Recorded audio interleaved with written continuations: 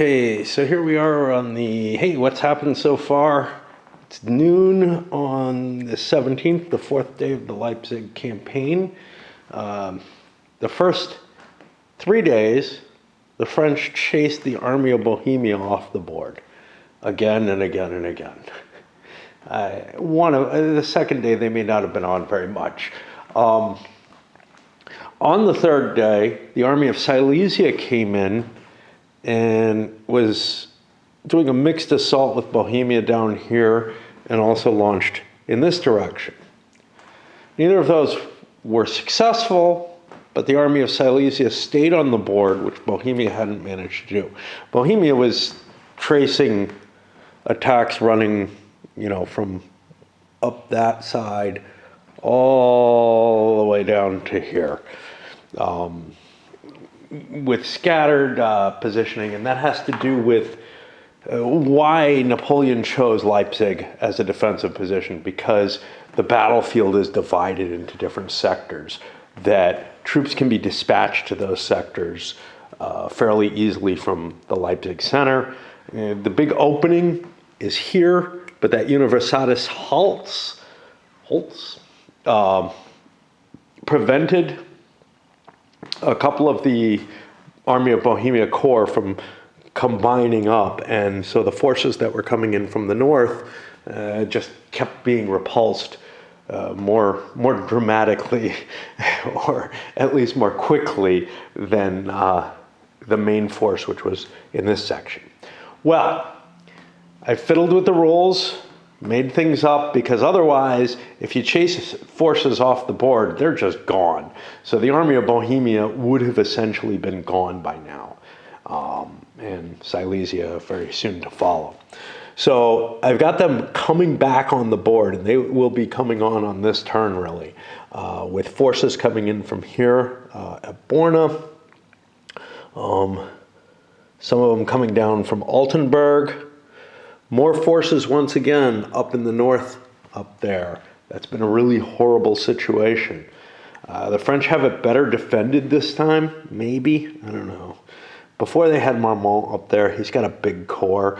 Now they've got some weakened stuff, but they sent some cav, which is important. We've got a little bit of a gap here, which the second Young Guard is pushing forward to try to reach before the army of Bohemia shows up there. We have nothing showing up here until tomorrow, and who knows what happens then. But the French set up a defensive line there. We have nothing showing up here. The French have a defensive line around Lindenau. And then I guess the big story so far on this day is throughout the morning, MacDonald and Bertrand have combined with heavy cav reserve forces under Nansouty and Latour, and then the Leipzig garrison to destroy, or at least drive back, the army of Silesia. It is leaving the board, just like the army of Bohemia did. Now, if I was playing by the rules and not letting forces leave the board without losing, without being counted as casualties, we would have a weird situation where I would have to make desperate last stands here. The force that's here is easily able to destroy the entirety of the army of Silesia if that happens. And there may be more forces of Silesia coming on. I don't think so, though. I think everything that's left is Army of North and Army of Poland. So yeah, you have 4 allied armies versus the French Grand Army. And those allied armies are multinational in each case. So yeah, we have sort of a delineation that happened at noon, essentially. That it's clear that the army of Silesia is broken. We've got Rainier there. I've got to give him orders to go do something, probably throw him here in reserve to deal with whatever's coming in. The exact numbers of what's coming in, I don't think the French know, but they know that there are large forces coming from both sides there. And so that would be very helpful. They also know that there's nothing too big coming in down here. Small forces might slip through, it's not happening, but I'm just saying, I'm trying to make up rationales so that people can't make decisions based on information that really they shouldn't have. But there's, huge clouds of dust showing up on those sides. There's no question of that. All right.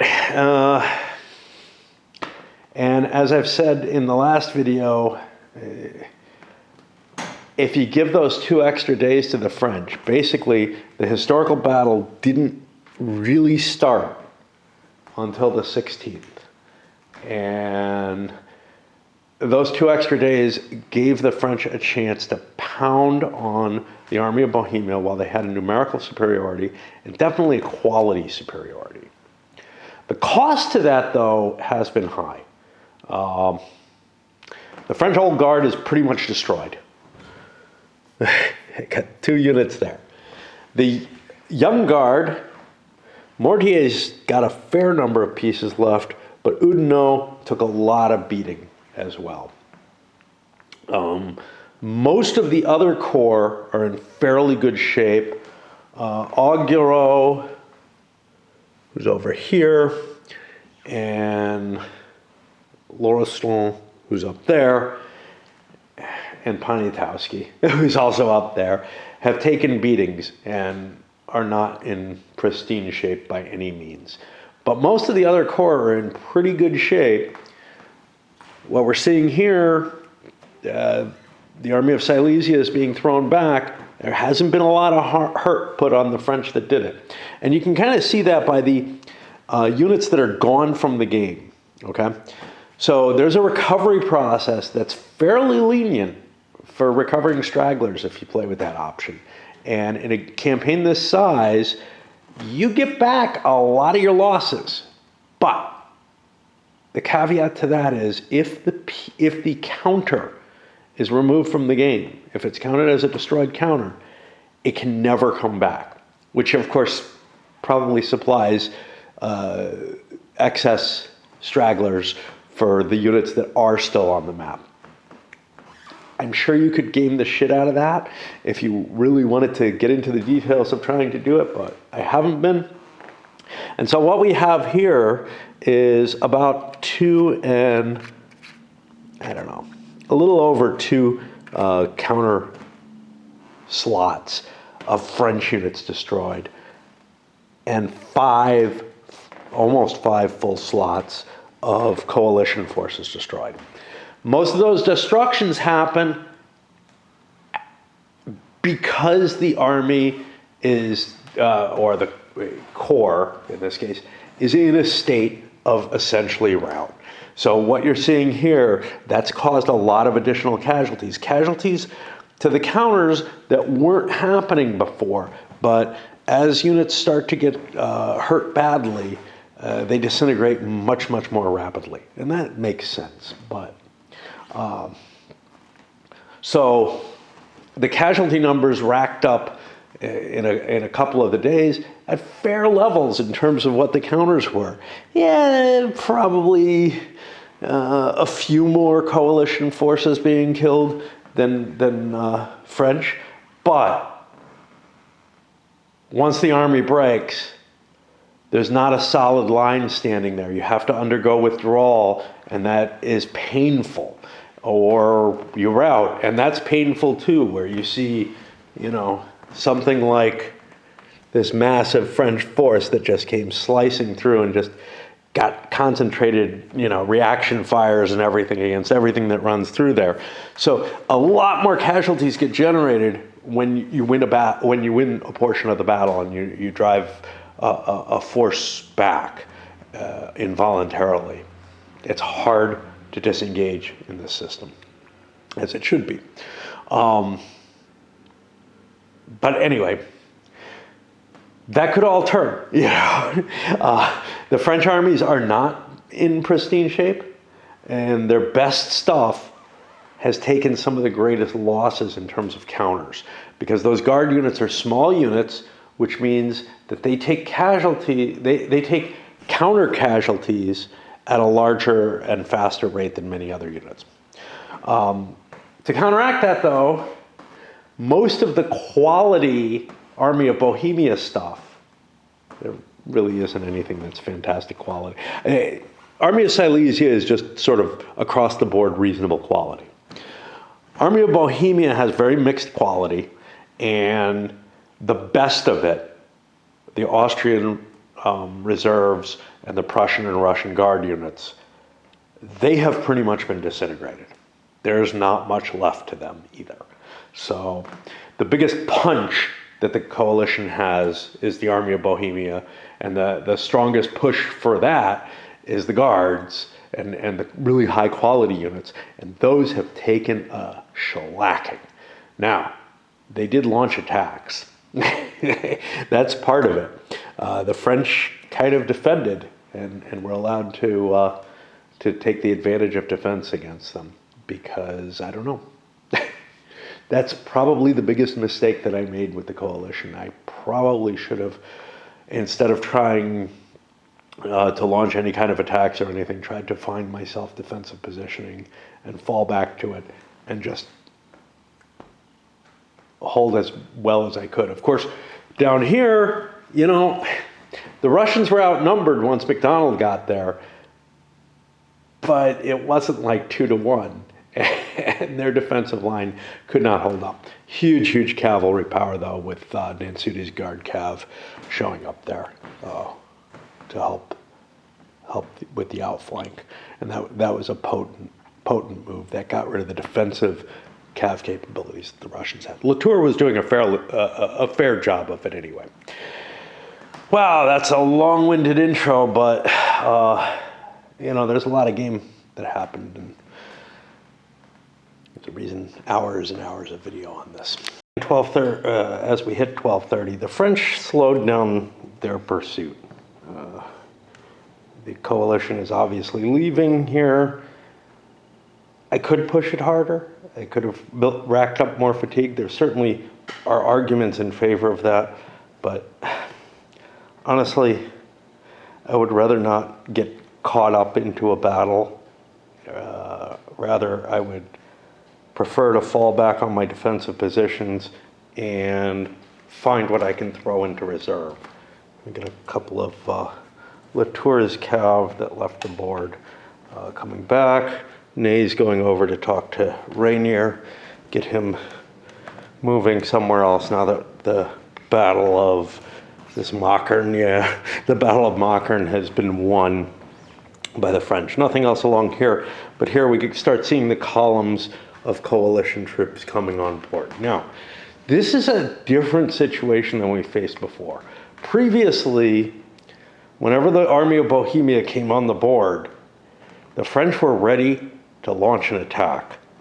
They're not really capable of doing that right now, which means that the Army of Bohemia may get a chance to recover on board, which is easier. Hey, my hand-wavy argument for that is the stragglers are closer to where the battle was actually happening, and if you fall too far off, it becomes difficult to get them. The Magdeburg, bunch of troops left the board last night. I have given them the one night rest to bring them on instead tomorrow morning instead of this afternoon. There's no way they want to come on this afternoon anyway. The extra bonus is they each get a free recovery, a 1 point recovery, which is, you know, kind of a big deal. That's what's been hurting the coalition so far, is they can't recover their forces because they keep getting knocked off the map. Whereas then the French are like, well, we chased you off. Cool. Time to just settle down, and, you know, we're at full strength for whatever pieces we have left. Now, obviously, we've lost a bunch of pieces, but there are also more that are still on the board. What that means is that likely tomorrow becomes the decisive day of the battle, where we're going to see two more coalition armies come on the board, and the army of Bohemia is going to get a chance to recover. Army of Silesia is not. However, it's still a threat. The French can't just ignore it and go run off and, well, actually they can. There's no requirement that you hold Leipzig or anything like that. So, yeah, maybe. We'll see. With a battle this large, and with the time available to set up for reinforcements coming on, etc., you could take particularly interesting situations. So here, the French have a block on all the pathways going up to Leipzig. It's a really important space, this Lindenau, by any means, by any expectations. But in other places, for example, here, you could reasonably set up a little defensive line here and a little defensive line here along the roadways. Those would not be reasonable. And if players were to do that, I would make up, if players in my head were to do that, I would make up more rules to allow maybe a one-turn delay or something for the entering units to come in deployed. But honestly, it does bring up an issue, and this you seldom see on the little map games because, the reinforcements are coming in. There's just not time to lock in, hey, I'm going to sit here and prevent you from coming on the board. But with this, there is actually a possibility. So, for example, up here, a defensive line right through here would make it unrealistically more difficult for the coalition to enter. So what they're going to be able to do is bring their forces on board, set up a line that is strong enough that the French won't attack it, and then rest, right? And that makes perfect sense. If the French don't have the forces to launch an attack, they don't have the forces, they're not going to be able to drive the enemy off the board. But this weaker force could conceivably be holding a line right here and make it impossible for the coalition forces to come on the board and survive, basically. Basically, they would come under fire from the artillery as soon as they entered the board. And that's simply a matter of the fixed limitations of the physical board. There's no way to prevent that kind of gamey use of the edge of the board to prevent to stop the enemy. And that's one of the reasons why you didn't see me build my French up here and over here to block the roads coming on the map. Honestly,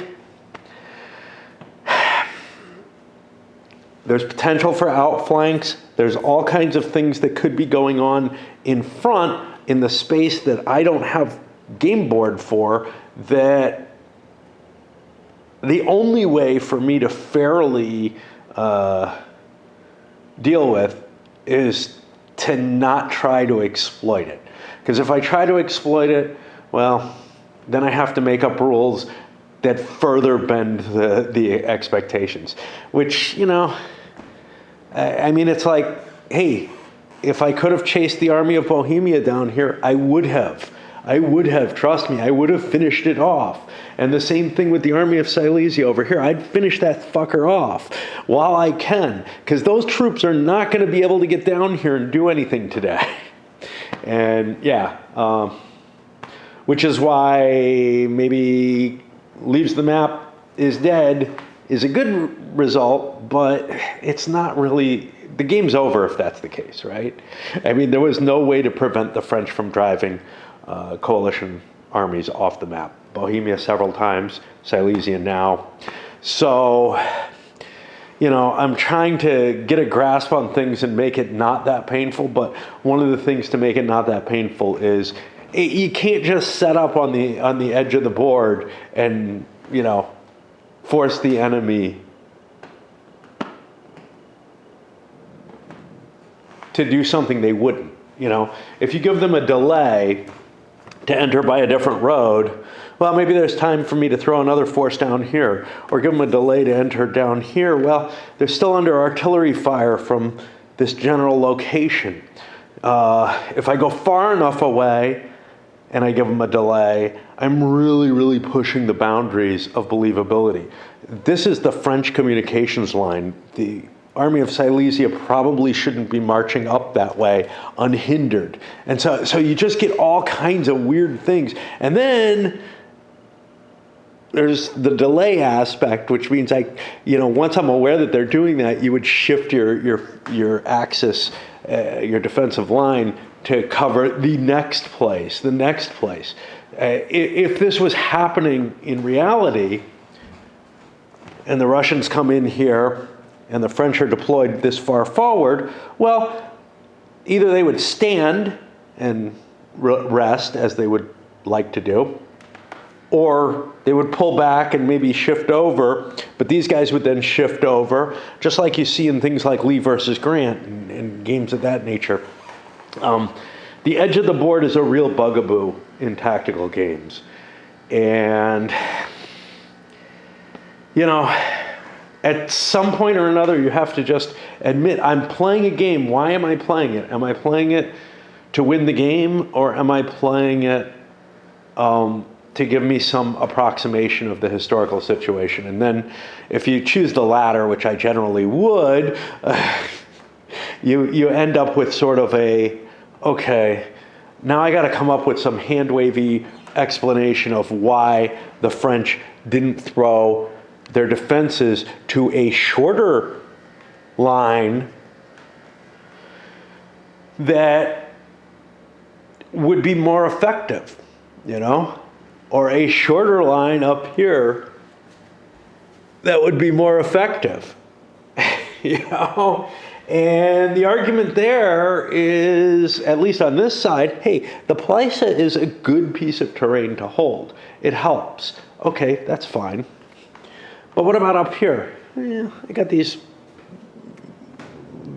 forest lines to help me. But honestly, I think I would have been fine setting up here. Had I? Well, I think marching this way would have been a reasonable countermeasure to that. And wouldn't have put them under fire. If I'd gotten right up against the edge of the map, that would be more problematic. But the map isn't set up, so that's a problem. Over here, we're not going to see them coming in, but there's definitely locations where you could control as much of the map as you do at Lindenau, but do it closer to the edge. And the advantage of closer to the edge is that the enemy cannot find a safe place. They don't have a safe space. So, like the little snowflakes that they are. No, I mean, it's just not good. If you need to recover your forces, etc., which the coalition definitely does, and given my rules where they've got to be on the map to do it, well, you're really not given a lot of options. Anyway. I'm just getting myself frustrated, and I don't know why. I'm getting a really nice view of a battle that's played out, but I am somewhat disturbed by the fact that Napoleon's just march, countermarch, and defeating the coalition, in detail the way he has been. Which isn't to say that, I'm rooting for the coalition. If anything, I'm rooting for the French, but I constantly have to cheat in favor of the coalition or make up rules. Babbling comes to a head when I get to here, because the French can pursue the Russians, and the Prussians for that matter, who have kind of decided, hey, no, not us, man, we're not holding the line. That may or may not make sense. But here's what doesn't work if I park here afterwards.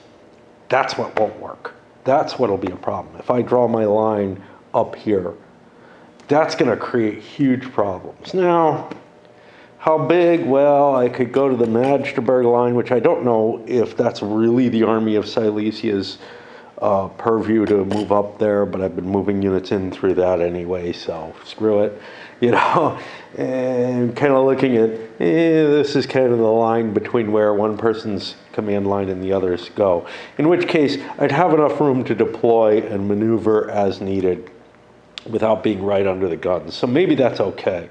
But yeah, I have to make that decision of whether or not the French orders are good enough to get them there. I don't think they are. I think my orders were to stop at this Salmon, which, yeah, I can pursue, but maybe I don't want to pursue full throttle. And if I go up to there, that's still enough to force the coalition, the Army of Silesia forces, off the map. It's just I won't be able to do that full-on pursuit that maybe I kind of want to do, because that's how the casualties rack up when you get those shots in. Oh well, we'll use the artillery. I don't know if it's really, it feels like an exploit, right? Somebody else brought up who plays this system, well, you know, we tweaked the firepower against disordered units, and I have to agree that actually probably belongs. Disordered units are, you know, less well formed. They're going to be less affected by artillery fire, but they're also going to be less affected by infantry fire. The one thing that's going to affect them is cavalry, which, yeah, you know, their strength points go way down, but that doesn't necessarily mean good stuff for the cav. I've discussed the trade-offs there where it's not necessarily that great. So,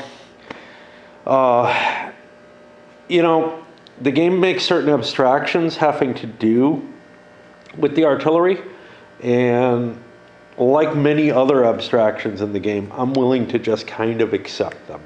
All right, the disorganized units maybe should have a -1 or a column shift or fire values reduced or something, a -1 on the die roll, like they would with skirmishers being in the way. It's about the, honestly, skirmishers being in the way is probably a lesser issue for artillery fire than the entire unit not being in a formed pack formation. But again, there's a bunch of stuff that goes on in this. I think it gives an okay broad overall picture, but when you start looking through the magnifying lens at any point at this game, at this system, you find problems.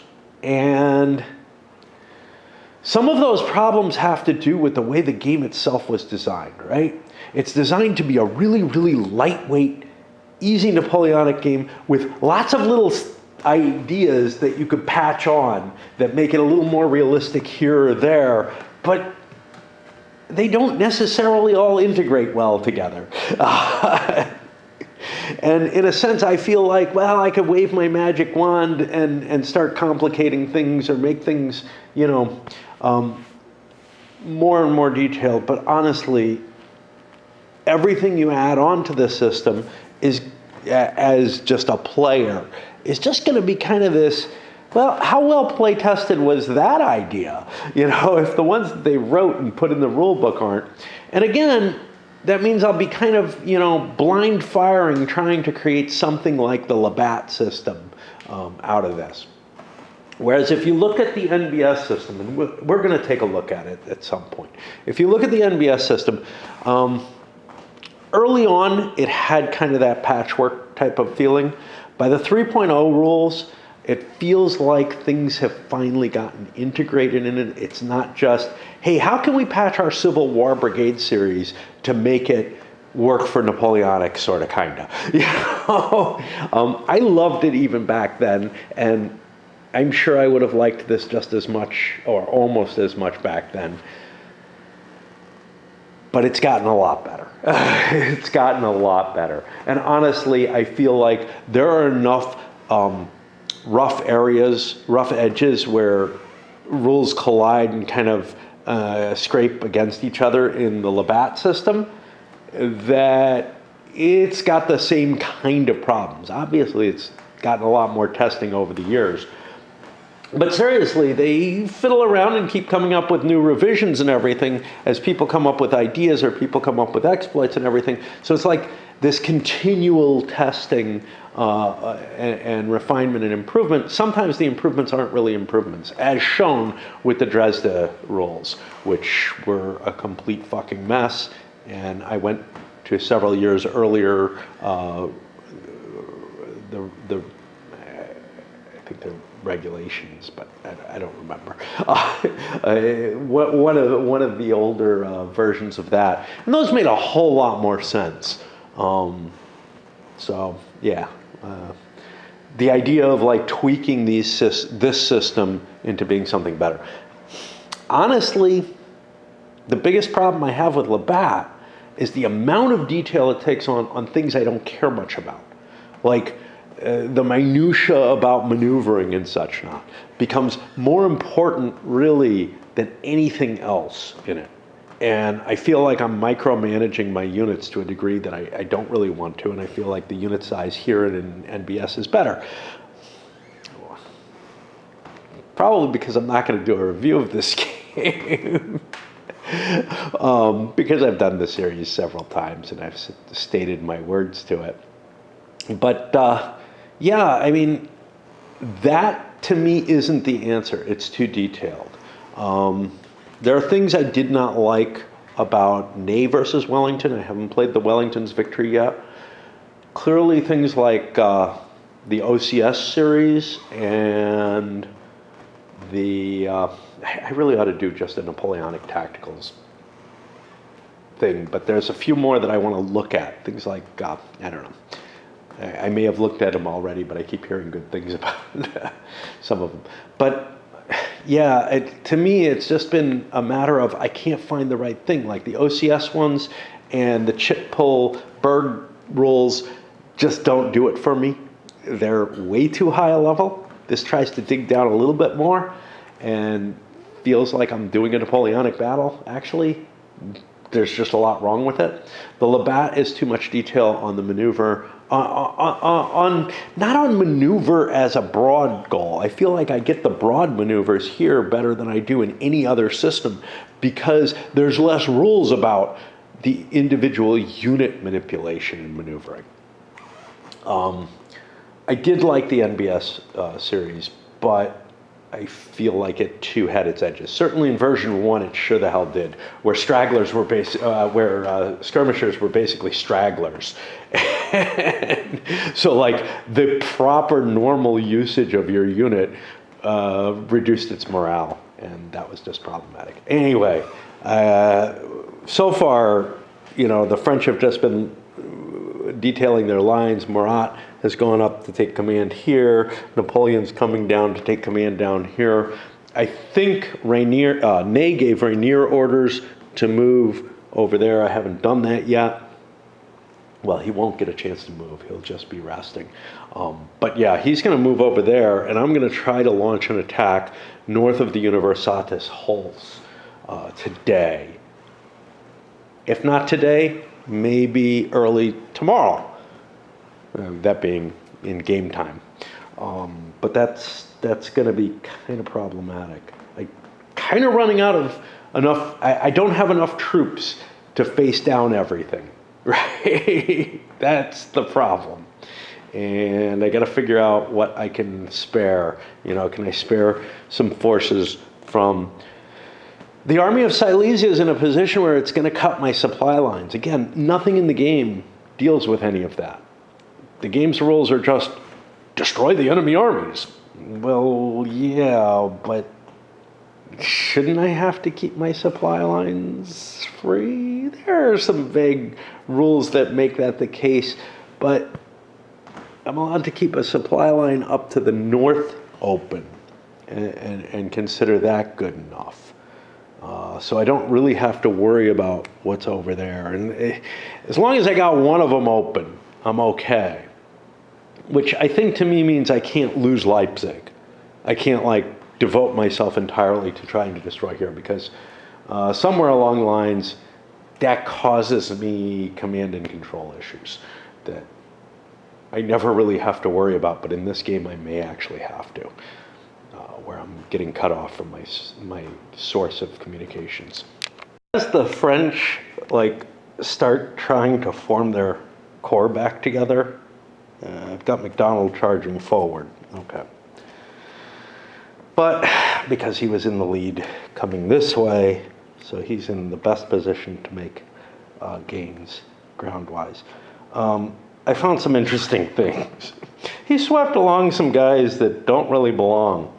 So I've been kind of loose because I'm like, well, maybe Bertrand's cav will go, on the flank where all the cav really needs to be and support an overall flank. Well, it turns out I had some cav that isn't Bertrand's. It's Suham's and belongs down there. I wonder if he's got some of the wrong cav too. I also found one of Marmont's cannons is over here. I'm like, get back where you belong.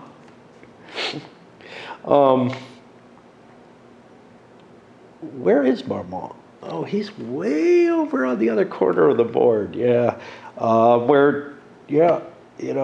It's just very, very hard. It's one of the things that NBS does right, Labatt does not, but that some of like the Labatt, it's almost impossible to tell what unit belongs where. But the Berg games are really good at this, of giving colored stripes and stuff to give the information as to, here's where you belong. This is the core you belong with, whatever. And it jumps out at you. So command and control is really easy to maintain there. Here, almost all the French units look exactly the same. Some exceptions, the Guard, the Poles, but otherwise they all look the same, right? The Saxons. These yellow things, who I don't think are all Saxon, like this is the Cav Corps or something. But anyway, everything looks almost exactly the same. And there's a lot of information on the counters that's presented very, very small type anyway. So like putting more information on the counters would have been hard. Unit flags can be helpful, but instead what they used was national flags, I think, for the most part. Although they're not 100% on them. Like I find things that are not French forces that have the French flag on them, and then these others. And that doesn't tell you what corps it's part of. Unlike Empires in Arms, there's this weird integration. It's like, oh, sure, Bertrand has some of the North Italy forces, some of the Saxon forces. Well, I think Rainier has some of the Saxon forces. They just integrate these into the corps, and it's not like all the Saxon troops are operating together as this one thing, which was one of my arguments. If we ever get to Empires in Arms, and I hope we do, one of my arguments for why you can't just, why you shouldn't take the proportional losses rules.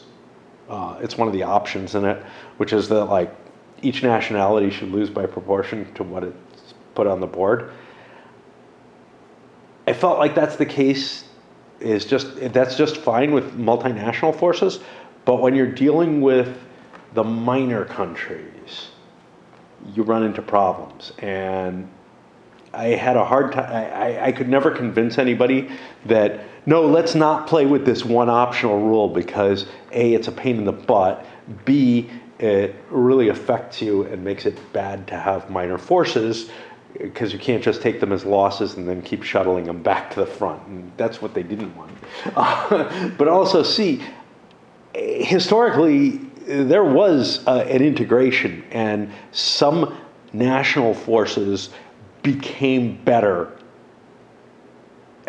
through integration and usage. And you see that. That's not really well represented here, where, the Saxons and Italians and whatnot tend to have lesser morale than the French forces. But they did improve by being part of a different corps to some extent. Anyway, I just wanted to point out the impossibility of trying to keep these units, because the only thing that tells you what it is the tiny little number, and that has to be looked up on here. And if you have tiny little numbers that are close to each other, you're like, well, they're probably fine.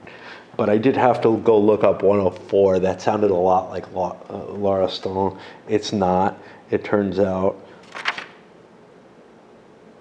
No, that's Bertrand. That's fine. He fucking belongs here. What the hell am I doing? I thought it was Suham, but he stops at 90. Okay, so those are fine. What about this 140? Let's make sure. Yeah, that is Marmont, and that got swept along God knows how. It may have even come in at a different time. I'll just drop him here and try to figure out what the hell to do with him. But yeah, I mean, even when I do look up, I make mistakes, which is why I pointed out, hey, it's Suham. It's not. It's just so fucking easy to err as you're trying to compare this with these numbers, and yeah, it's just not a pleasant part of the game, not at all, and it gets really bad with these huge battles.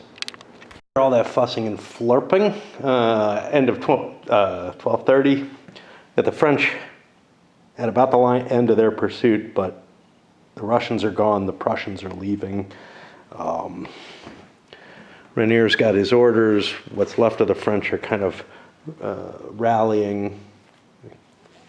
Don't know that I had to make a couple of checks. I could recuperate some strength points back there. We got Army of Bohemia moving on to the board here. There's not much I can do about it. Napoleon's coming close. He could order an attack. But man, I just don't know that it's worth it. I've got the Plessa. I think that's as good a defensive position as I'm going to get. I've got others I can fall back to if things start looking ugly. I don't really know that I can go on the offensive again in the same way, though. But then over here, this northern branch of the Army of Bohemia has come on with Colloredo and Clanau. And again, Colloredo is probably as strong as what he's facing, as the entirety of it, what it is facing. And he's fresh troops. And not bad, not great, but okay. I mean, there's some, well, no, that's all artillery. Yeah, the infantry's pretty much, pretty fresh, not well trained. And that'll get us to the 1 p.m. turn. And I think we're going to enter the big drought of running around trying to improve the units rather than much in the way of fighting. There's some possibility of late fighting happening over on that side if Rainier gets over there. And I had to be considering dropping when they show up. Yeah, but let's open the rule book. This is like trademark me, right? Let's open the rule book and make you suffer as I page through to try to find what's going on. So, looks like everything is going to show up in the morning. Bernadotte? What? Seriously? Oh, Bernadotte's, yeah. He's king of Sweden right now, not one of Napoleon's marshals. Okay, yeah. So it's all coalition forces, and they're all going to show up in the morning, so I can start stacking them. But yeah. So I set those suckers up, and boy, that's a lot. That's 2 armies. Army of Poland comes in from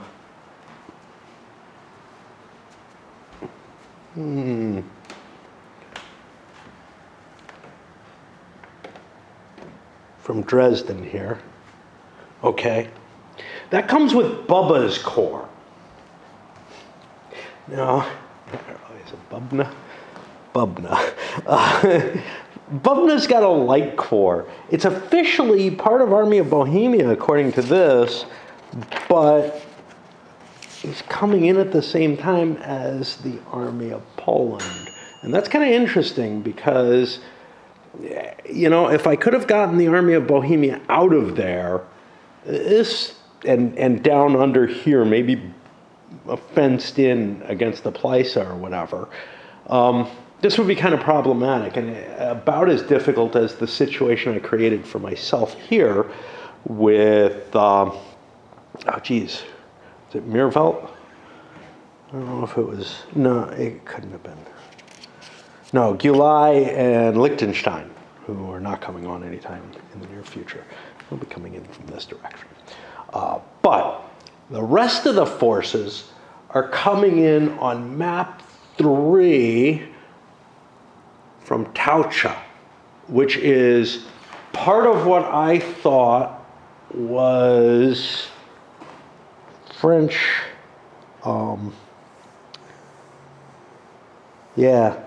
the French came in back in October 15th from that road, and now the Army of the North is going to be following that same road.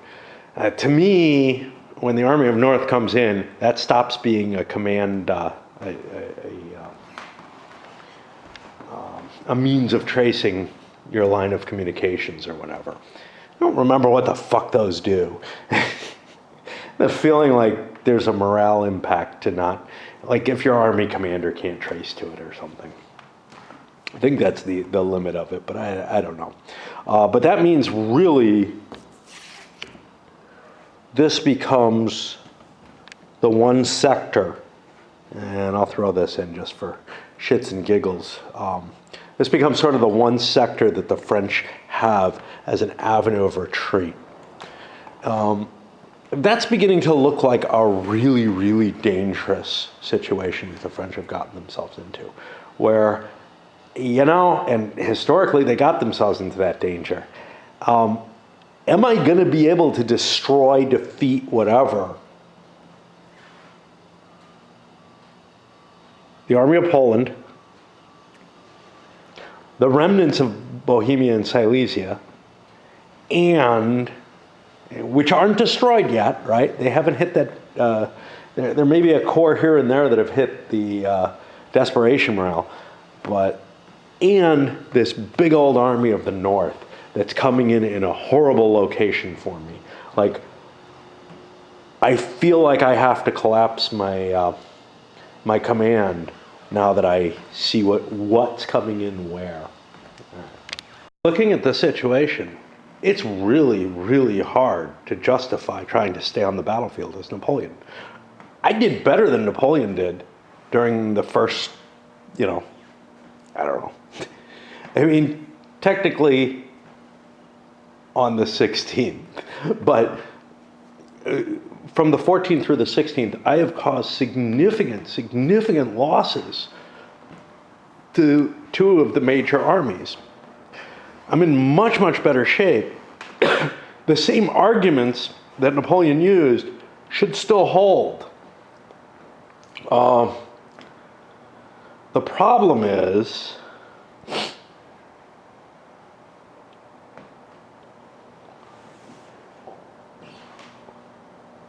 oh, this is interesting.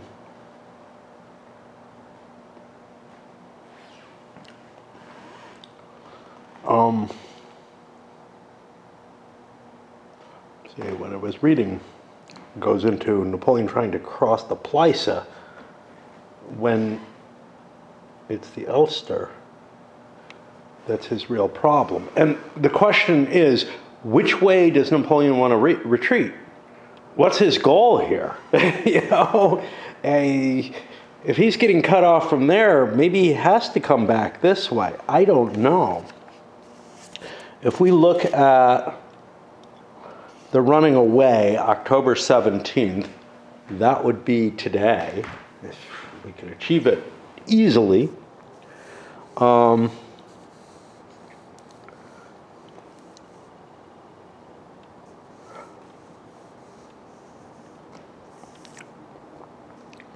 Saving the army west of the Ulster. It's got to be down this way.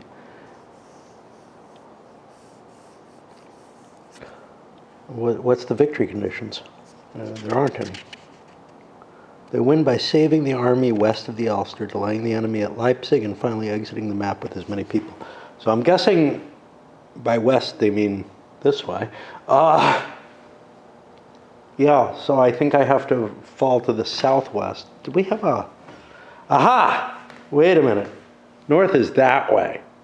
That's the problem. I've been seeing this as north the whole time. That's northeast. So yeah, this would be west, and clearly that's the direction we want to be heading, not where we're retreating from. And nobody's stopping us. So there's a reasonable argument to just pick up and leave. I think what there's not a reasonable argument for is the lines that I have right now set on the 17th. Now this, Napoleon should have, by this scenario, if I had taken the what if running away scenario, that would just be a, hey, let's let Napoleon's goal be to get off the map. I can do that easily. Historically, he felt that leaving Leipzig, that holding on to Leipzig was of some importance. At least as a way to hold the retreat. And on top of that, he had plans to destroy, pull off another magical victory. I don't see that as possible. I just don't see that as possible. I think, unfortunately though, the victory conditions are destroy the enemy army. So I feel like what I have to do is set myself up in a position where the enemy will attack me, and maybe I get a chance to counterattack over the next 2 days. But I can't hold these lines. That seems almost certain. Looking at the Army of the North coming in, I cannot hold these lines. This is going to be... And Napoleon was aware. Napoleon was aware that his army was getting surrounded here. The real problem is my retreat path from Leipzig is hell.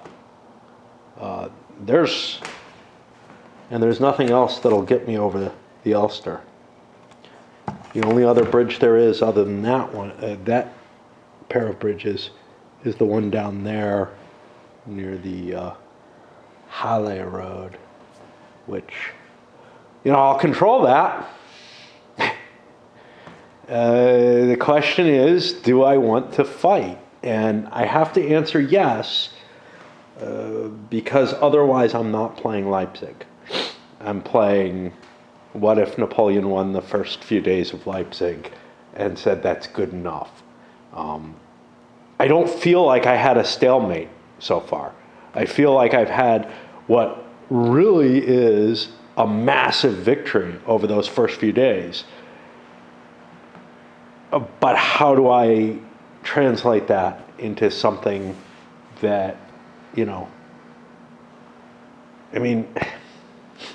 still haven't destroyed either of those other two armies either. So it's really a question of, wow, if I threw all my weight in, left some light defensive forces against Bohemia and Silesia, and threw all my weight in against the Army of the North, maybe I could beat it. But there's the fresh forces of the Army of Poland as well, and Colorado's fresh. The forces that are on the board for the coalition have a chance to recuperate. Silesia is probably pretty badly mauled. So that I could actually probably defend with less force. But I'm going to have one hell of a hard time mustering enough force.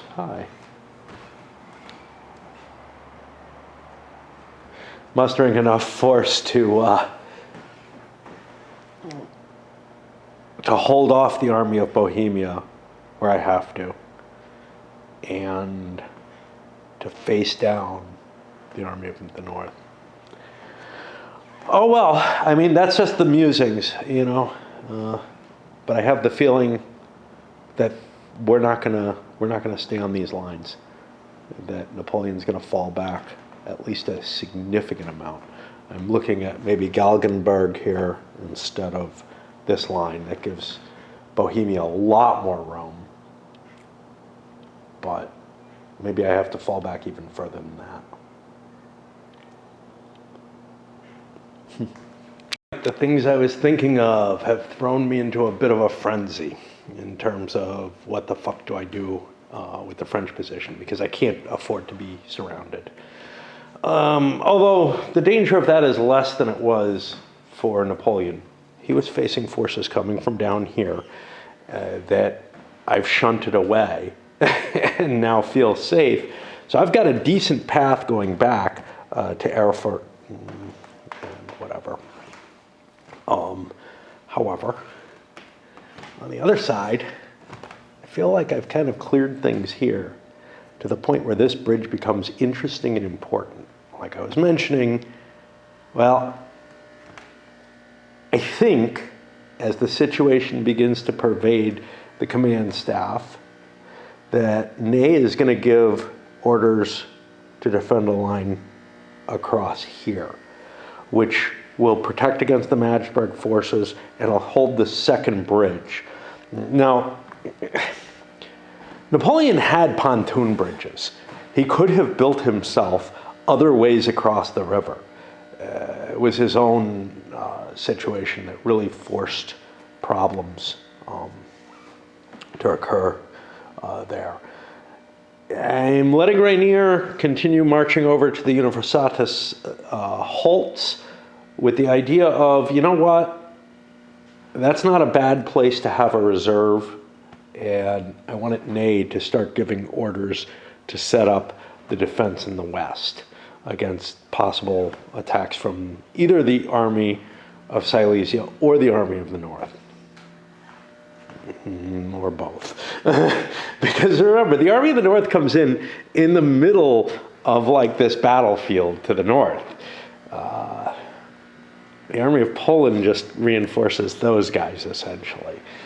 The hard choice, though, is what the hell I'm doing here. Napoleon, I still can't make up my mind. Do I want to launch an attack against these much, much weakened forces of the army of Bohemia, try to defeat it, and then fall back in the course of the night? I'm probably outnumbered, but I'm in better shape by far, and because I've had a chance to rest and whatever. And it's tempting me. It's tempting me because the idea of driving the army of Bohemia off the board again, first of all, I might wreck it completely. Secondly, whatever that means, I might destroy it. That's the term they use, destroy. Secondly, it gives me a respite. I don't have to, if I just fall back and give him that ground, he can recover, occupy that ground, and then put possible consolidated threats against wherever I'm defending between the army of Bohemia and the army of Poland, and possibly even the army of the north, heading in that direction, if it chooses not to come down this way. No matter what, though, I have got to fall back eventually from this position, maybe this position, although there's something kind of nice about trying to build an arc through Galgenberg and the ridgeline there. One of the few named places, and since there's no hex numbers, the foothills somewhere to the west of Galgenberg, That's the kind of shit that goes into my orders. Kronberg is another one that's named. But yeah, the problem is there's a lot of clear terrain in the middle of the map. And one, That's where the Army of North is coming. But two, to prevent the Army of Bohemia, Army of Poland, I feel like I want to be using this terrain, where the terrain is good. And, geez, I just don't know. If it becomes clear that this area is free and safe, and it is, unless Gulai and Liechtenstein end up going back there, which, man, for command reasons, that's horrible. There's nobody to give them orders. Unless they go back in that direction, I think that that's probably safe, which means that starts to become the French line of communication. And if that's the case, then maybe I can get Suham out of there and bring him into play for the battles tomorrow. He's not going to be able to do anything today. As it is, Rainier is probably not going to be able to do much today. Yeah, it's noon, but that's only a few hours. But I do have time to launch an attack here and maybe deal a devastating blow. And I'm growing more and more tempted in that direction. Anyway, that was the 1 p.m. turn. Wonder if I don't think I have much that's routed anymore. Yeah, or disordered or anything. I think the only units. Oh, I have some shots though. With the Austrians coming on the board. Not many. 2, 3, 4, 5, 6. They kept it here, but there's one gun that's far enough. So I can take a blink at something. As soon as I get my skirmishers up, this won't be an issue. So I didn't roll a 6, and we're safe. All right. I think it's time to go play video games. Rainy, rainy day. As we hit, 2 p.m.? Yeah. Made my decision on Napoleon's side. He's going to launch the attack. Not thrilled about it. It's not precisely the kind of attack I want to undertake. There is a good solid line already forming, but these are troops that have taken a beating. They are starting to recover, though. They got a bunch of leaders over here. They got, the Kaiser, the König, the Tsar, and Schwarzenberg there, as addition to all the corps that I have present. So I'm getting a lot of rolls. Not doing that great, but should concentrate on the guard units, stiffen them up. Most of them are Cav, though, which is not where the fight's going to be, although it may end up devolving to that. And over here, we got 3 leaders, because here we have the Kaiser, working with trying to get Klenau's corps into better shape. Elsewhere, nothing too exciting, troops moving. Those guys up there are not, they're Latour's forces, which means they're connected to this, not over there. That's Sebastiani. I may have gotten that confused. I'm trying to rationalize the forces here. A lot of backbreaking or backbending work in terms of us leaning over, picking up every counter to check its number against which command it's supposed to be in. He doesn't have orders, but MacDonald is forming up his line. There's nothing against that particularly. Orders are always a little fuzzy, but I am going to give him orders. And if I'm not going to get up on this hill, which would be the optimal, I might want to be trying to defend this choke point here. But I think I want to get on the hill. Ney's got to get to him for that, though. Right now, Ney's giving orders to Bertrand. He gave them already to the Italian, Righi, to actually go defend. This is going to be weird. Up here. This is the, hey, let's get something in the way of that Army of the North. We may bring a whole lot more up, but right now, that being in the low ground near Leipzig seems like a good idea to me. Ideally, I mean, Leipzig itself is almost impossible to take, so, which makes sense. You would have to siege it. Anything else of interest? Not really. That's probably the end for tonight. I could easily squeeze in more turns, but I don't really like rushing my way through. I like to do other things in my life for entertainment than just play this thing. Pushing into 2:30. Victor starting to march forward. Mortier holding off, resting his troops a little bit more. Marmont just got his orders. Rainier heading over to see if Murat has something, or Napoleon for that matter, he's over there, heading that way. Over here, orders have just been handed out to Bertrand to hold this portion. McDonald's going to have to figure out how to set up his line, and Aguilar or whatever, what's his name, Arrighi, is starting to move his forces.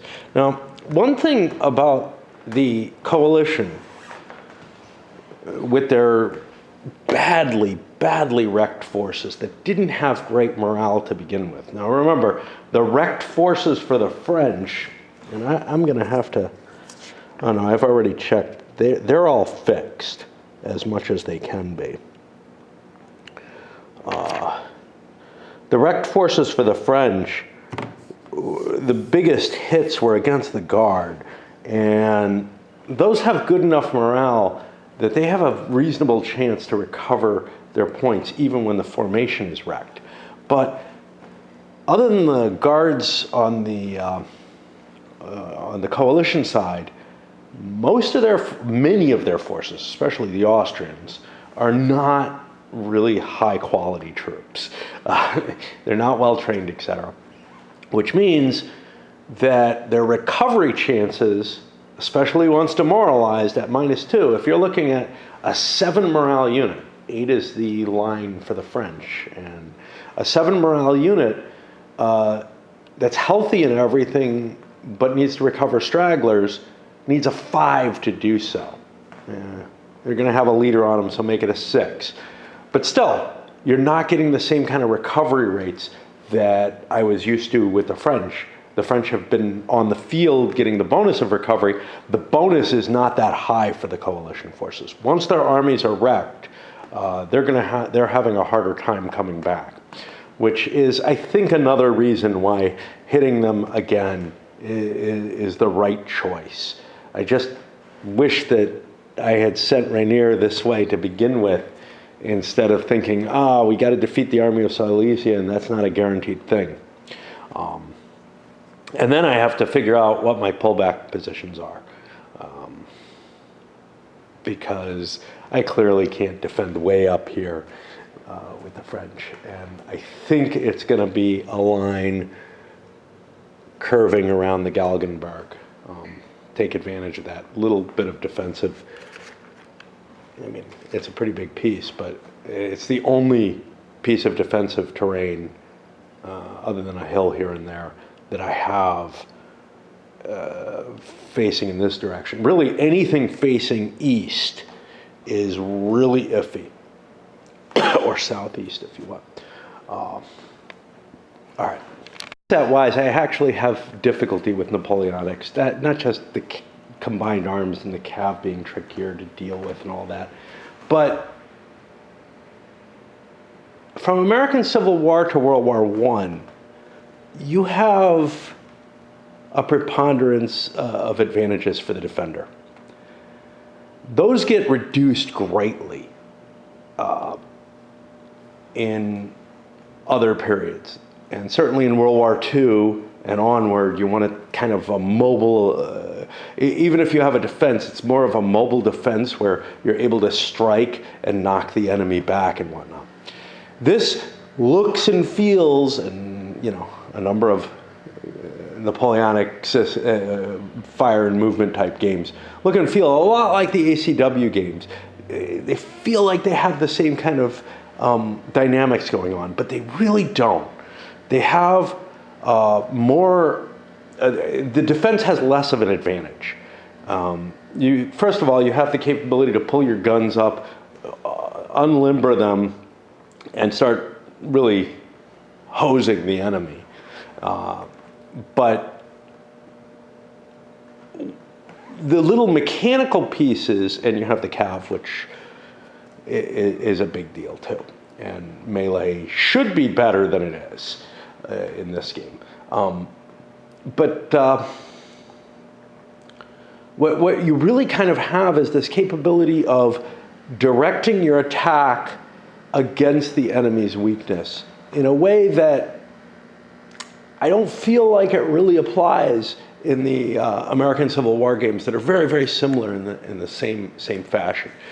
Being on the offensive has some significant advantages. Now, there are advantages to the defense still, right?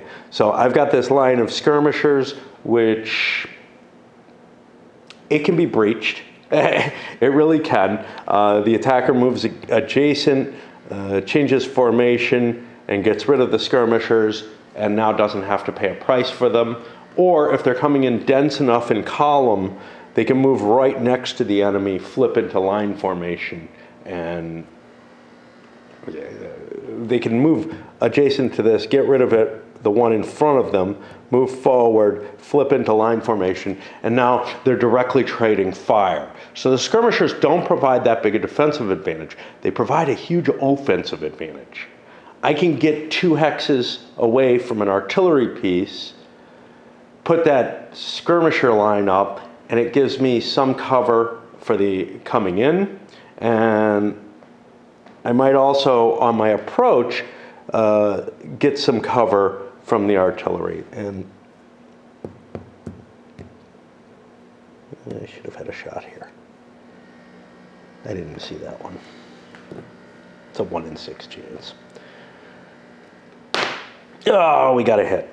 Okay. Up significantly more effective than you would think. A plink shot, took the casualty, a failed morale check on his 8 morale, and now I got a hole in my line. Oh well. 3 p.m. rolls in. For most of the battlefield, nothing's really changing significantly. Orders coming through there. Oh, Nansudi was supposed to move. Oh well. Terrible. Sometimes you don't need an order system to screw things up. Down here, though, where the action's actually happening, it's kind of interesting.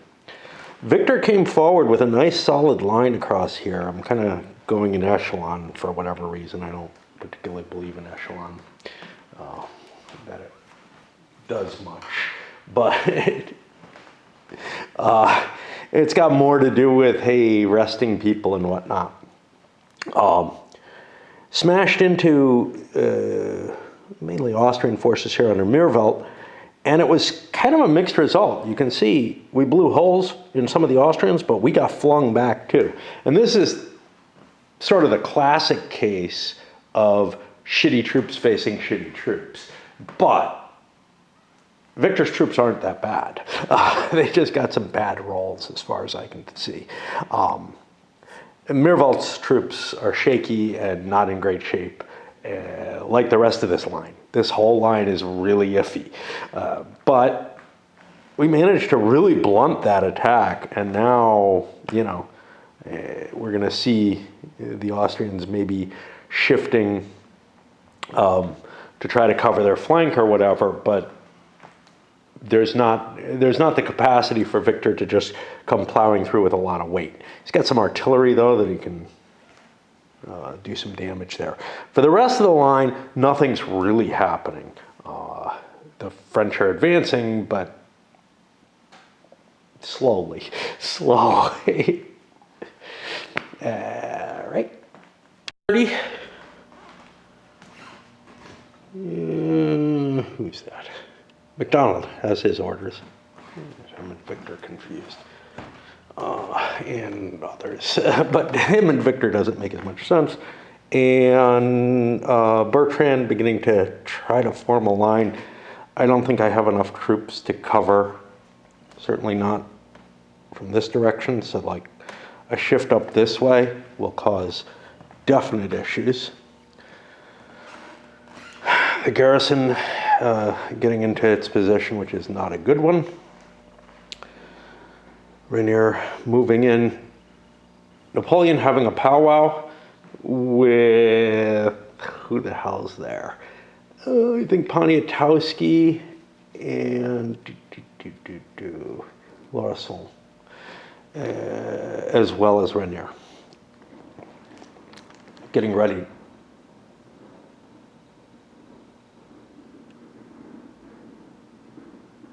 Oh, trash. Getting ready for an assault up there. But given what's happening down here, I'm feeling really iffy about it. So things were kind of exciting. I mean, over here, we're still just skirmishing for the most part with coalition artillery fire thrown in. Not a lot of effects in any direction. But on the Victor side, Victor smashed in, drove, you can see some of the infantry away. Austrians launched one of their cav units against this guy. He failed his morale check, didn't form square, gets disordered. Yet the disordered fire was enough to fling the cav back, and then the disordered unit runs. That's a weird sort of situation, but that's how I take the rules to mean. Anyhow, and we got one router heading off into the sunset. They run a long time before they have a chance to rally. That may be it for tonight. I'm not sure how much more oomph I have in me. There's enough light, and the turns aren't very intensive right now. This is the only fighting that's happening. But I've got plans up there, and honestly, though, with what Victor suffered, I kind of don't feel like the French have a lot of fight left in them. But the Army of Bohemia has basically none, as we can see from Mirvelt collapsing. The Guards may be able to hold, and likewise, I'm throwing Mortier's young Guard into play to see what that does. But we'll see. Maybe I'll energize. I don't know. I'm starting to heat up a little bit again, so I'm doing the French half turn here. Those forces beginning to deploy. Nothing new over here. Erigi deploying here. Forgot to move this piece.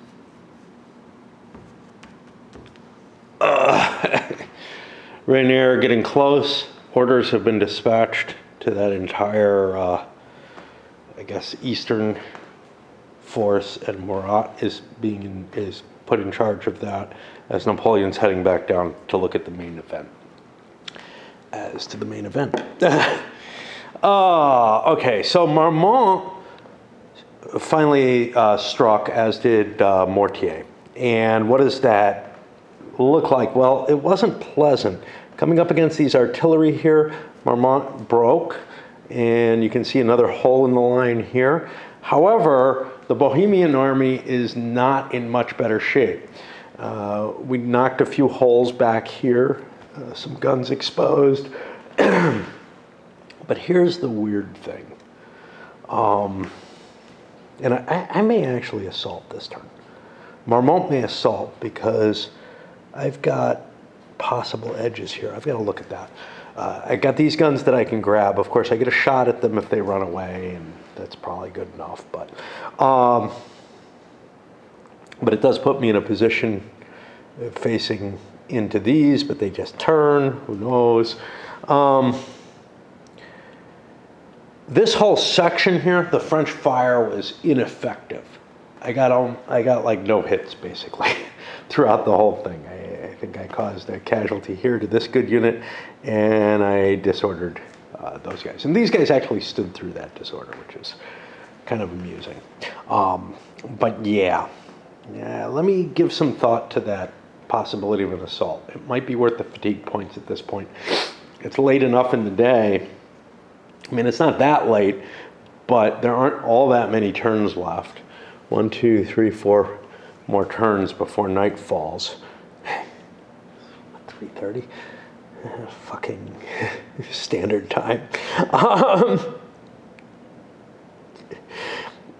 that it might be worth it because I could get 2 infantry hitting this, depending on how strong the infantry is under that, knocking that gun out. This one's not so worth it. This one might be. And if there's nothing here, but my units are so small, the French units are so weakened already. Maybe this one. Because if I'm committing to a melee, I might as well make a lot of them, because I'm paying the fatigue cost for them. At the numbers, but not too carefully, which is to say I looked at the sheets vaguely, see what condition the units are in, but I don't account all factors before I make a charge. This and this were the only valid choices. It looked like I'd have a 3-2 here, so I went with it. It turned out 1-1 with the -1 for the leader. It ended up each taking a loss, and the French getting a morale check that one of the units failed. The other one, though, is better than it seemed. So if this was an individual artillery piece sitting out there, I probably would have just traded shots with it and been happy with that. But it means that I can trade shots with this one instead. So that after it turns, I'll be able to fire before it gets a shot at me, and I can take out some of its big firepower. Oh, looks to me like Kleist is going to want to make an initiative roll. See if he can turn and try to smash the French flank. This is not going as well as previous parts of the battle have for Napoleon. And that's life, man. You hit the Army of Bohemia enough times, eventually it hurts you. The line can be protected by cavalry. I got lucky with this, but I had a couple of Cossack units that created a couple of squares instead of facing the full might of the Cossacks hitting you. I don't know how wise that was. Like, maybe the shot into the artillery is more important, because now I'm in square with only a 1 in 6 chance of hitting the artillery, and it's got a +1 on shooting me, and that's, I don't know. But I just have that automatic, oh, must go into square, the cav's coming, and yeah, it might not have been a great idea. Into the 4 p.m. turn, the Austrian, well, the coalition forces here. Kleist did not get his initiative. He's actually pretty good at it. He's a 4, which is impressive. He did not get his initiative, so he actually had a -2 morale penalty for the turn. Now, normally that doesn't matter much, because, hey, I'm rolling for initiative, big deal. I'm probably not in the fight at the time. But it did matter in terms of being able to rally forces. And with all the leaders around, it meant that all my leaders ran back and tried rallying Cav, which worked fine as well. The French got better firepower this time. They actually got a hit on this, which helped them a lot. But, and broke a couple of holes in the line over here where they didn't have them. The Young Guard is beginning to dissolve. It's kind of at a, gosh, I really ought to pull them out of the line, but then the Guard fails, right? I don't have any rules for that. The system doesn't even generally do that. The system has a, if you commit the Guard and you're not in one of these special cases. That's not the case in this scenario. It's not like it was specifically withdrawn. It's that it's something that's specifically added to things like the Waterloo scenario. So I'm leaving the Guard flexible, and that's why the old Guard doesn't exist anymore, basically. That's why Mortier was the only Guard that really is there. But with these little 3-step units with high morale, they stand there and they trade fire, and they take their hits. And they're not running off, and then you look and say, oh, well, after I rally it and everything, it's nighttime, you know. So they have a lot less resilience than even equally sized units that have low morale, because the equally sized units will go flying back. They stand in the line, they die. And, but the nice thing is they have pretty good firepower, but then so to the Guard Grenadier, the whole Constantine's Reserve command. They're all pretty good at firing as well. But yeah, this is not turning out to be the overwhelming victory that I maybe hoped for down here. The thing is, if you look at the battle as a whole up to this day, the first 3 days of it really, and following the standard rules, it would have been, it really felt like one of Napoleon's great victories so far. But the numbers tell. And just because I was able to get a numerical advantage or a slight advantage on the first couple days, and then the quality of the French troops also told, I was able to win the major battles against the army of the Bohemia, against the army of Silesia. Those armies would be gone under the standard rules, and they would count as destroyed because they would all be off the map. And there would be no difficulty whatsoever in facing down whatever's coming in, from the northeast. I could just throw the entire French army up there because I'd have no worries anymore. That doesn't feel accurate to me. These armies weren't actually destroyed. They were just pushed off a piece of land. They were disordered, demoralized, whatever, but not pushed to the point where you'd say, yeah, that army has just been broken. But they aren't sturdy. On the other hand, even though the French were able to recover, and most of the units they had on the border are full strength,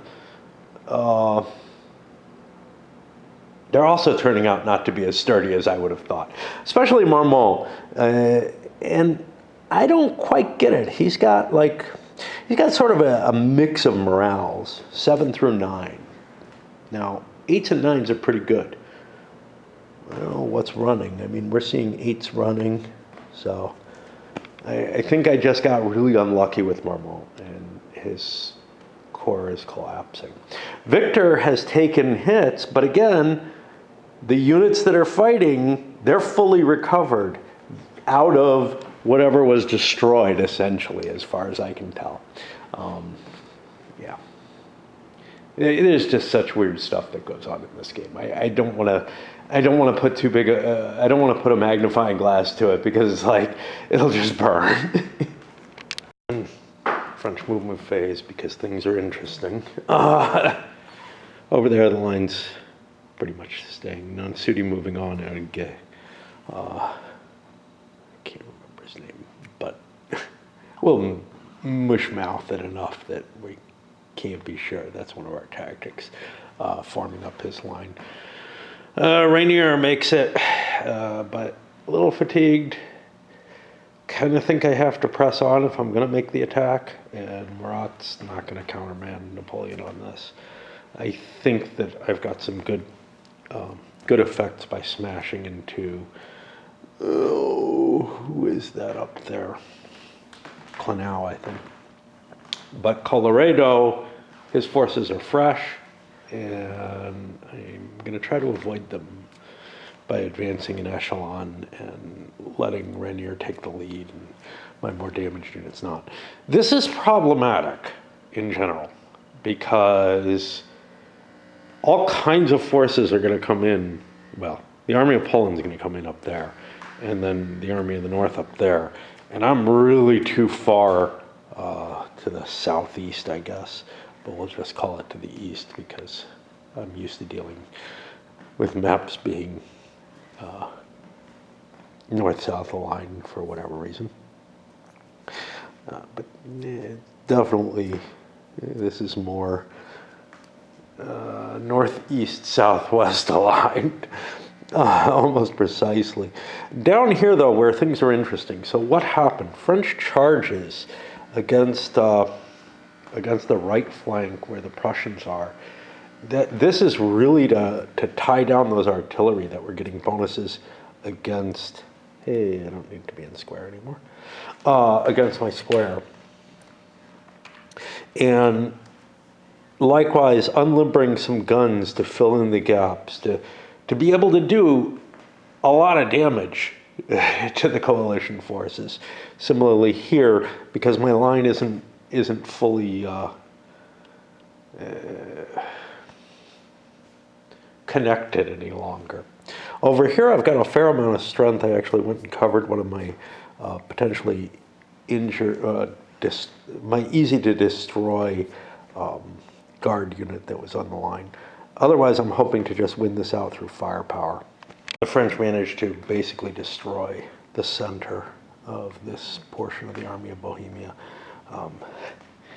Hey, that's the guard too. That's the guard forces that were there. Well, and no, a lot of Hesse Homburg were there, and a lot of random artillery from Wittgenstein. But yeah, that's just been knocked out. That throws these guys into danger.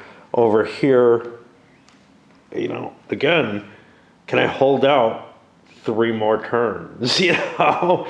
Or do I have to leave the board and suffer the consequences for that? And that's a big question, big question. I'm going to have to do a count at some point, see if any of these corps have hit the nasty point. A quick count. Wittgenstein's force is desperation morale, and I made a couple of rolls that caused an artillery to be abandoned, basically. There just isn't a lot on the line anymore. Most of it's already wrecked. Hesse Homburg, by the way I'm thinking, should have never come on the board, because he was in desperation morale. His corps should have not made it back on. I gave it some more hammering. Again, I don't know what destroyed army means, you know, but I had kind of committed to things with desperation morale should be taken out of the game and considered gone. And I'm going to do that if I'm forced off the map again.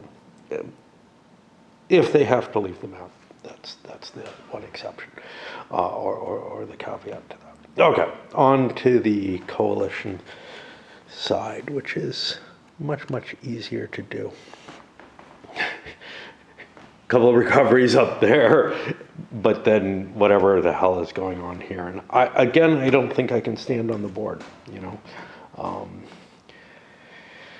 At no point where I've left do I think that I'd still have a functioning Army of Bohemia if I had tried to stay. But I don't really have a functioning one now. At least I have something that I could bring forces in and put a threat to supply lines and whatnot. It really shouldn't be attacking. And it wasn't. It was trying to recover. What a royal mess. So we had a couple of cav charges, and they didn't go perfectly. One of them was here. This, I think, slammed into that.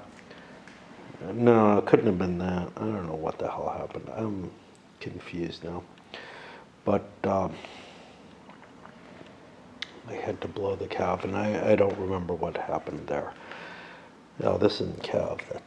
This one was, though. Over here, I just did this one. Life is confusing right now. It smashed and routed the unit that it was hitting, but then continued through, rammed into that artillery from the flank, didn't route that, so I had to call back. Elsewhere, we've got this little line of Russians here trying to protect things. Mirvelt is running off the map. Hesse Homburg, his units are just melting away because now I know they have a -3 on them, but not just.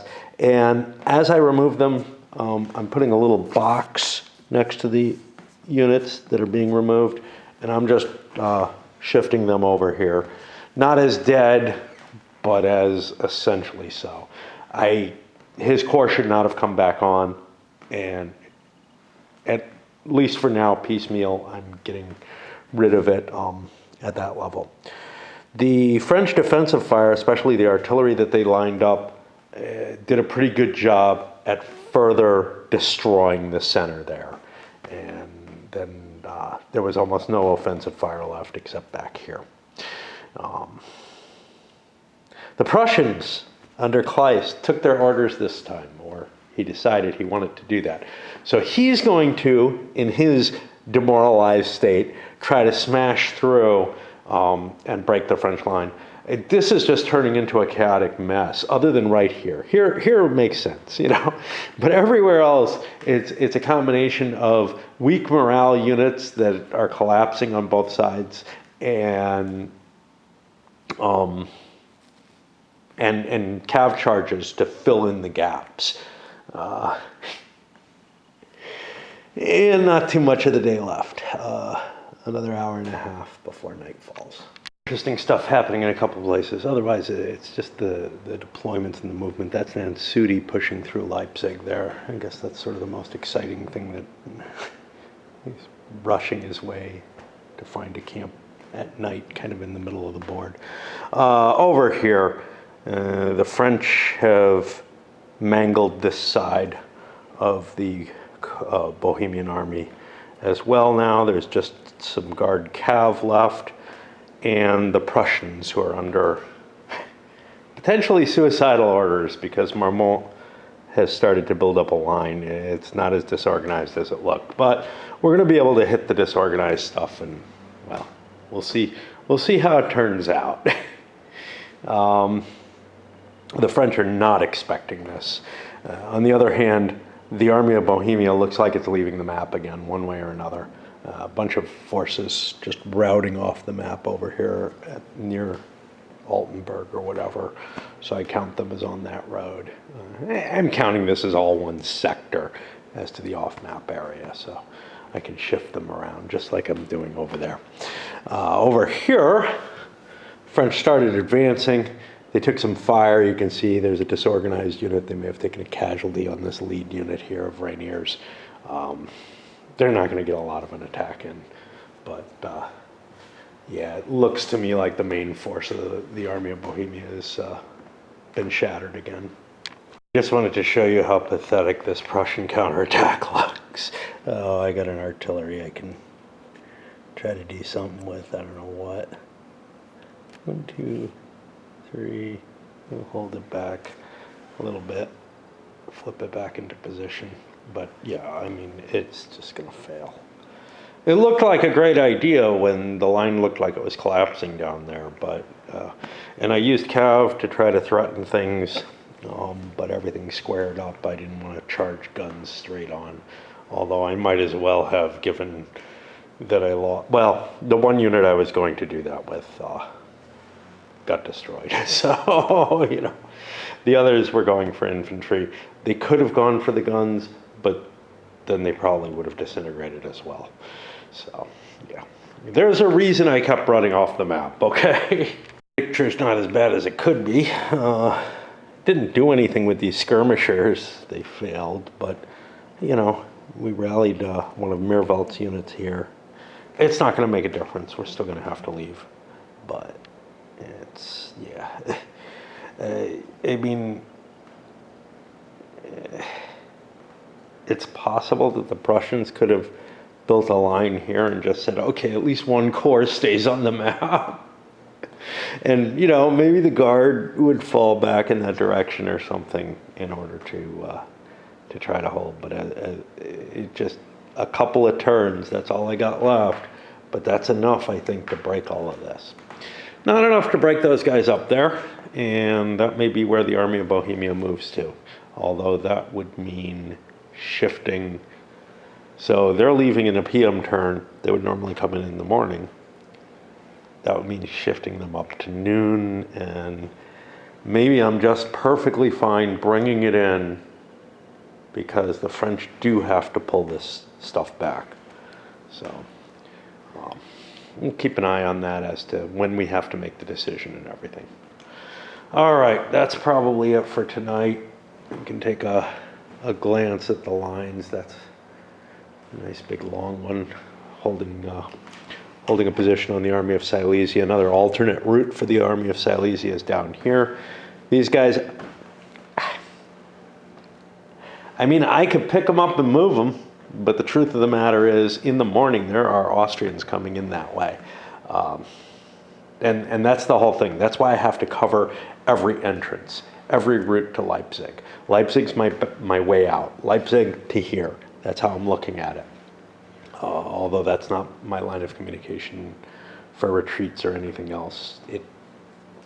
Things become kind of weird because the truth is that the French are trying to push their way through not necessarily friendly territory. Yes, Bavaria is down in this direction, right? But, yeah. But Bavaria ends up changing sides, as we saw in Hainaut. And ends up facing the French, and not very well. But here, I can't really view that as a guaranteed line of supply. It's shaky. I haven't really been paying attention to the Saxons. I think they're just coming on the line down here. I'm going to have to think about them and make sure that if they do take their losses, they run. Napoleon really ought to have moved.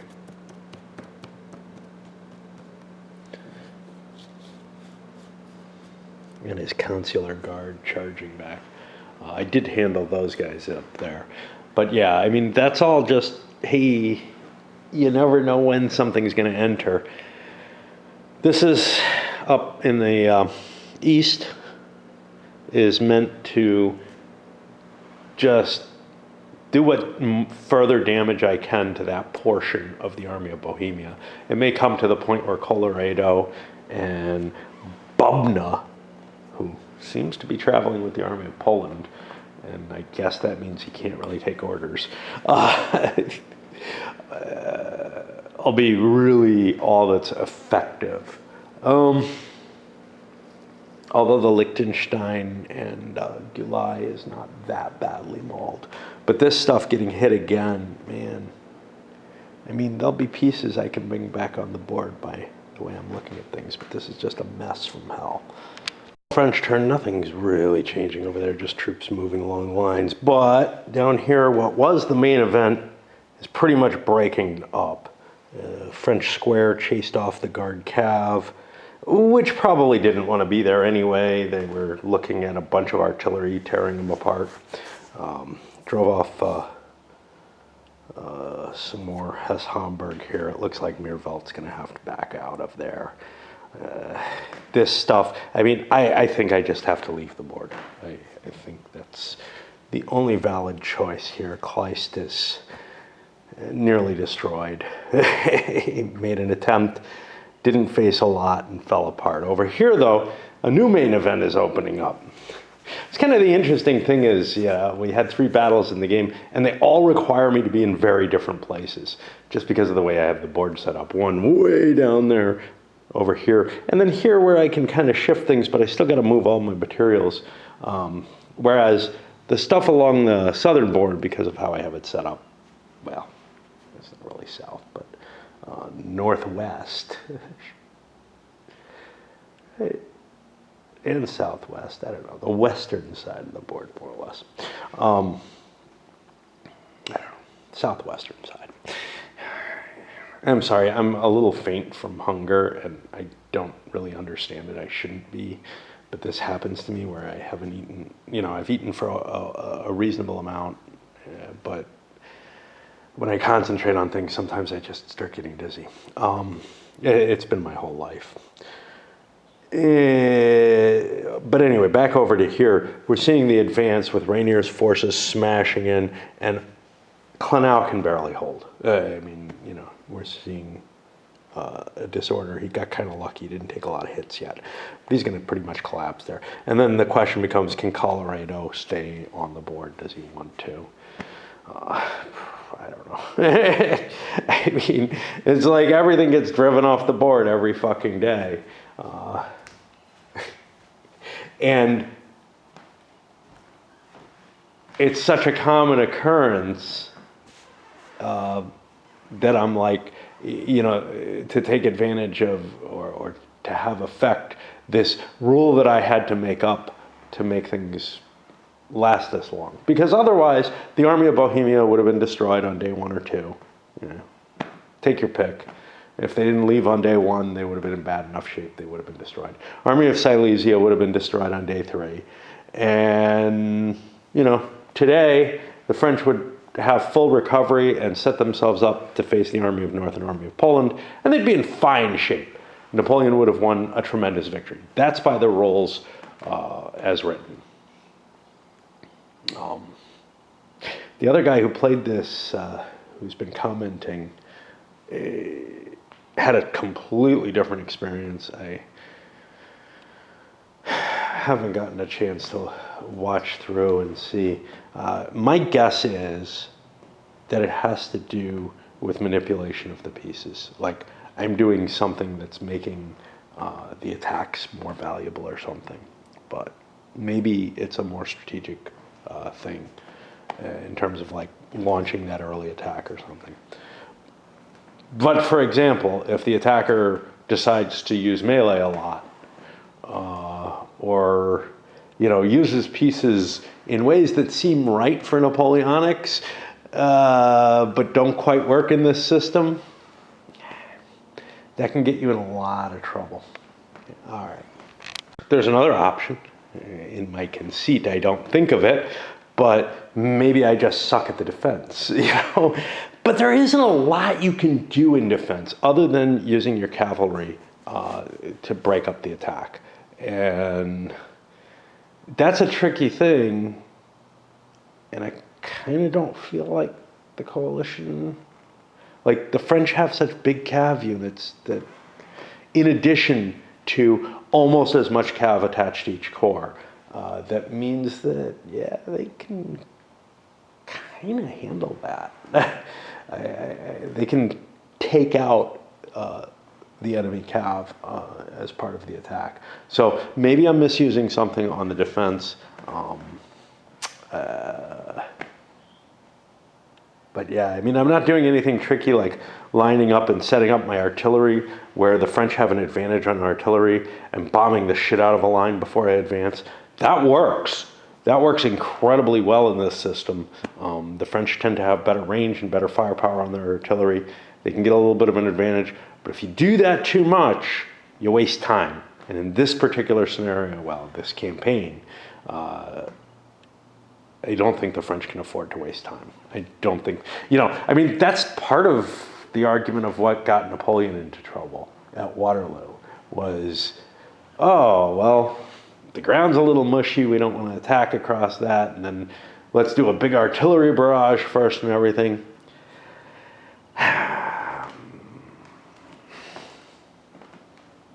Didn't really do much. Not for the time involved, not allowing, if you know that Blucher's going to show up, if you think that Grouchy has him under control and can keep him from the battlefield, or better yet, can defeat him and show up yourself, that's a little different, right?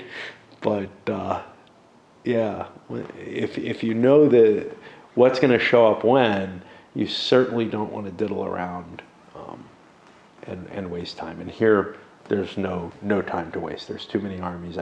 You have to go out and fight each one individually. For the coalition, across the board, over here, let's take a look because this is more live. The French broke a couple of Clenau's units here. Okay, fine. But for here, I decided to stay on the board to push those Prussians forward. There's only one more turn. On average, I'm probably not going to lose more than one strength point off every given unit. They recover that automatically overnight if they don't do any big moves or anything. So, any movement at all throughout the course of the night. Plus, there'd be time to start recovering forces. Plus, worst case scenario, from the point of view of the Army of Bohemia folk, is the French stay down there and beat up on me, and I'm like a honeypot, keeping them away from where they need to be. But also, if the French fall back, that gives me time to reorganize them. And at least the Prussian Corps will not be in that horrible a shape. There's pieces, I think, of Wittgenstein and the Guard mixed in with them. What is gone is all the Austrians, and in particular the Hesse-Homburg stuff. That's out of play. It should have been earlier. I don't think it did a hell of a lot to bring them back in, but my feeling was that I should not bring things that are at desperation morale back onto the board. So yeah, that's about it. Now, once we enter into the night, I may take a pause. And again, like the last time, well, I will take a pause. But like last time, it may end up being some stuff gets played and I don't put it on video because I've got a couple of things that I agreed to do as review copies. And this thing's just, eating up so much time. I want to be somewhat timely in being able to put them out. But nighttime, bringing forces on, etc. In a way, that's kind of the most exciting part of the game for me, as things just position themselves and as I get pieces in their places. But on the other hand, it could all be summed up pretty easily. So all of this could be, right? I do it every video now. End of the last French turn during daylight, 5:30, we cleared out whatever was kicking around down here. Most of it forced off the map. Something was destroyed. A couple of pieces were. A unit of elite cav and some artillery from here. Against the Prussians, we didn't actually do much. Didn't get hurt either, but as opposed to over here, where poor Lawrenson, and maybe to a lesser extent Poniatowski, came marching in, and yeah, those units are not fit for making attacks anymore. I'm here thinking, well, they're not that much worse than Rainier is off the bat. Well, Rainier has a mix, and I put some of the good quality stuff, and that broke up Clenel's line over here. But facing those artillery with units that were already shaken and are in no condition to be fighting right now did not work. Yes, they're rested and everything. They're rested as much as they can be. They took a beating fighting, and destroying the army of Bohemia's heart back here. The turns are going very quickly, and in fact, the whole day has felt like it went very nice and fast. Because honestly, there was no big single battle. Like before, there was a huge battle here for, honestly, 3 days, coming in through here again and again and again at various points. Over here, on day 2, we had a fair little fight over here, a little bit of crap going on over here. But am I thinking day 2 or am I thinking day 3? I don't know. That may be day 3. Army of Silesia coming in. So, there was a lot going on in a lot of places. Right now, there was a decent fight going on over here, but not as big as the big one that had been raging here for a couple of days. There was a fight here, there was a fight there. But the biggest was the one over there, and it was not as big as any of them. And for the most part, each one was somewhat segmented temporally. This was done before these troops started coming on, and this was pretty much decided before Rainier came in and engaged.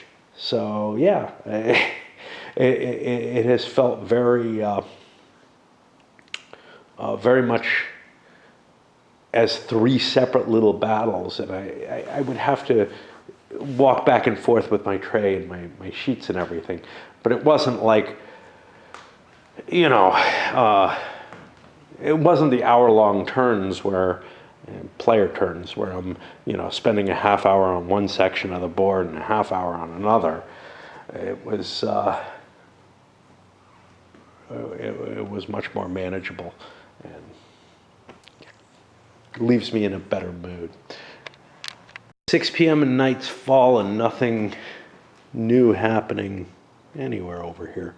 I think I forgot to deal with Nansudi entirely. In fact, I think I have some fatigue points to get back over there. I just concentrated over here throughout it. There's some possibility of melee combat over here in the night. Again, melee is such an iffy thing. And the French don't have, neither side has numerical superiority in terms of like right on the front.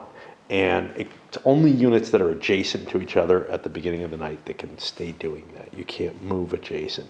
So I don't think there's going to be anything happening down there. I think instead, what we're going to see is probably the French figure out some orders as to where they want to be and pulling back up there. Not really going to be able to defend against the Army of Bohemia. It's not a strong functioning unit, but and I mean the core of it in this case, as opposed to some of it's coming in over there and some of it's coming in up here and some of it's still here. What's here? Oh, hi. Had a woodpecker earlier, not on the porch, eating one of my rotting stumps. Interesting stuff. But yeah, here as well, I think the French are going to pull back. There's no real defensible terrain. There's this ridge line here, maybe the forest line there where I had stuff set up. That's a lot of ground when there's people coming down way over there.